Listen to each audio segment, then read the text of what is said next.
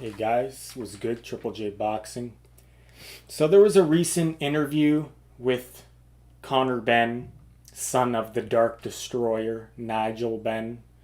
Um, they asked him who he wants next, and apparently he is going to fight December 23rd, possibly against Chris Eubank Jr.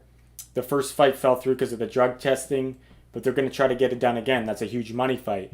But if that fight doesn't get made, which that would be at 160, he would have to move up pretty much two weight classes. He fought his last fight at 154, but he's really a 147 pounder. But if that fight don't get made, he called out three names in the welterweight division. He wants Errol Spence Jr., he wants Terrence Crawford, and he wants Jaron Boots Ennis. Now, there's some other names you could throw in there, but those are the names he mentioned. Now, would I want to see those fights? Yes, I would. How would he do against those guys? It's really hard to say because the best opponent he's faced is probably like a Chris Algieri, which is a good fighter. He was a former champion, but I wouldn't call Chris Algieri an elite fighter or a great fighter. He's just a good fighter that won a belt. He faced Chris Van Heerden as well, knocked him out. But I would say Chris Algieri is the better fighter. So I would say that's probably his best win. But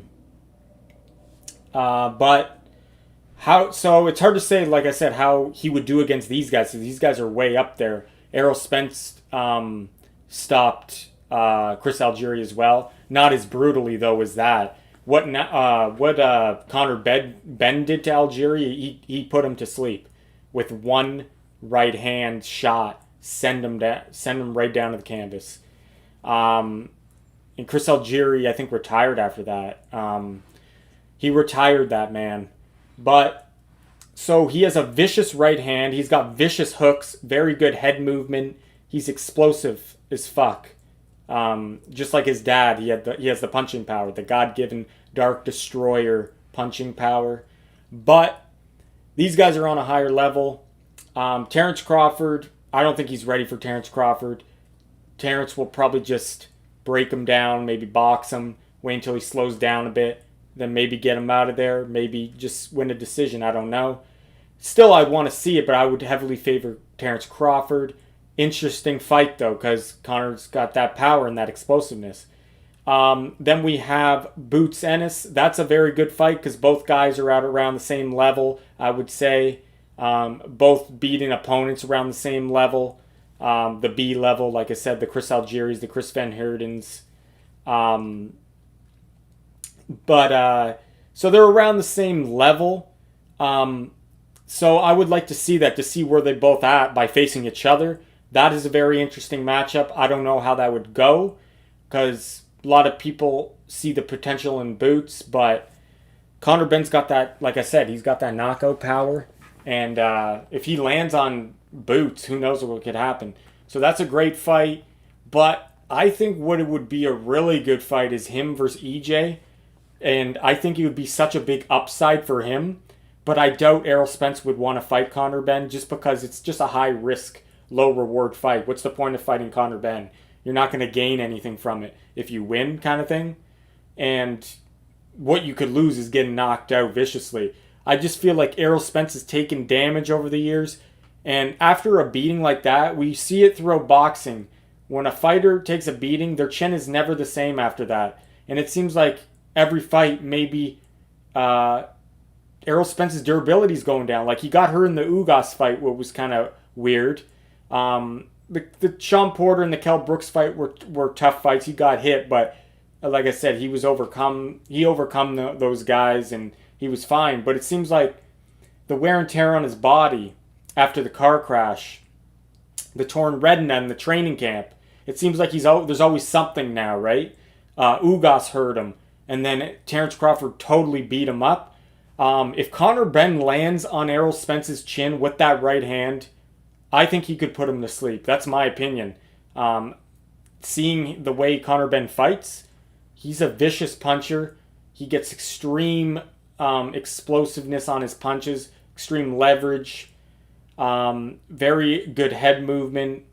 And he's got good hooks too, just good power overall. But that right hand of his straight right hand, is deadly. We've seen what he did at Algieri, Chris Van Heerden.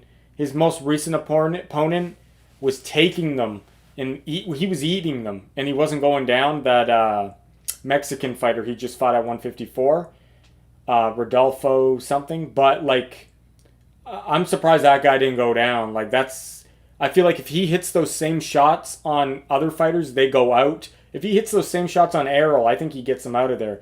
So Conor Benn versus Errol Spence would be my top pick out of those because it's the best fight for him at welterweight.